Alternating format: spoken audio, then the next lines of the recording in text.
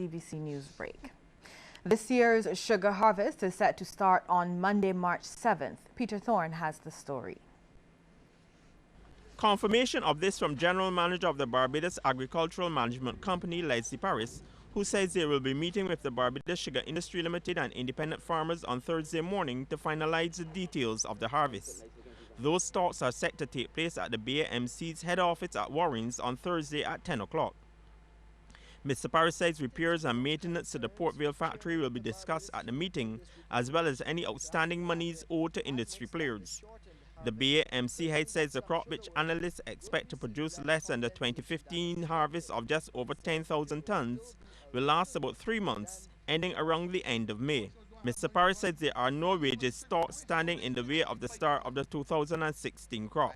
The Port Vale Sugar Factory in St. James will be the lone factory in operation again this year, with agriculture officials optimistic of a turnaround come next year with the cane restructuring project fully on stream.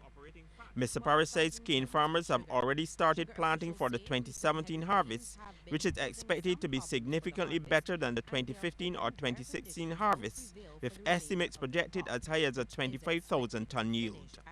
Peter Thorne, CBC News. It appears the Urban Development Commission remains cash-strapped and has been forced to revise its targets for 2016. Confirmation of this from UDC Director Derek Allen. He explained the situation during a telephone interview with CBC News. For the year, we got a 3-year program.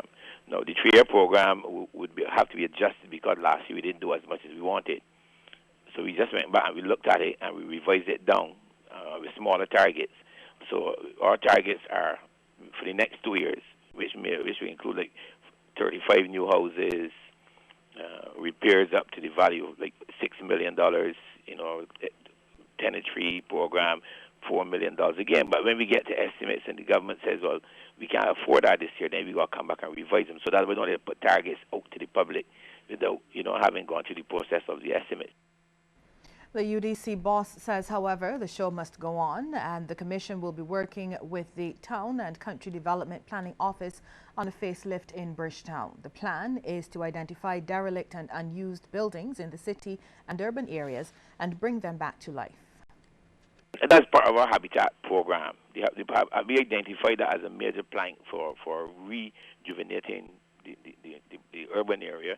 And it makes no sense if we can identify buildings that are just unoccupied to go and build new buildings. Some new buildings can be changed to residences. There are some buildings that are big, you can go condominiums with them. But to make a general statement would be a little unfair, because when we do the inventory of them and see the state of them, then we'll be able to make a clearer statement about exactly what's going to happen. A police stop and search over the weekend has led to a St. John man being arrested on gun and drugs charges. As a result, 32-year-old Kramer Oren Charles of 4 Roads is set to appear in the District F court today. Charles has been charged with unlawful possession of a firearm, illegal possession of ammunition, and 6 traffic-related offences. He also faces 2 counts, each of possession of cannabis, possession with intent to supply and trafficking, along with cultivation of cannabis. Now on Sunday, police on patrol intercepted Charles in a St. Joseph community riding a motorcycle. A street search revealed a small quantity of cannabis on his person. Subsequent investigations revealed he had committed several traffic offences, including having no driver's license and no third-party insurance for the bike. Search warrants were then executed at his residence, where police found 147 seedlings of cannabis, along with a firearm and several rounds of ammunition. Nearby, 9 cannabis plants in the process of being harvested were also seized. A St. George man on charges of rape has been remanded to Her Majesty's Prison at Dodds. 30-year-old Kinchar Lavon Maskell of Jacks Hall will reappear in court on January 16th. Maskell faced the Oistins Magistrates Court yesterday, where he answered to 2 counts of rape and a robbery charge. These allegedly in the parishes of St. John and St. Philip last month. In other news now, a greater emphasis on sailing could significantly enhance Barbados's tourism package. This is the view of international property developer and investor Tony Lawson. He owns the popular multi-one design racing yacht Miss Barbados. Barbados has it all.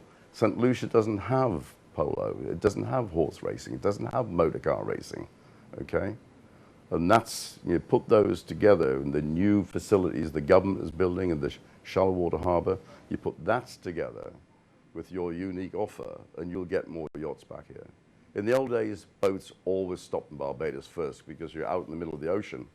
You were the first place. They had no fresh water. They'd ran out of food. The milk had gone sour. But now they've got refrigeration, air conditioning. They've got water maker plants on board the boats. They can go anywhere they want. So you have to attract them, as I said, with your unique offer. Regional and international news after this break. Stay with us.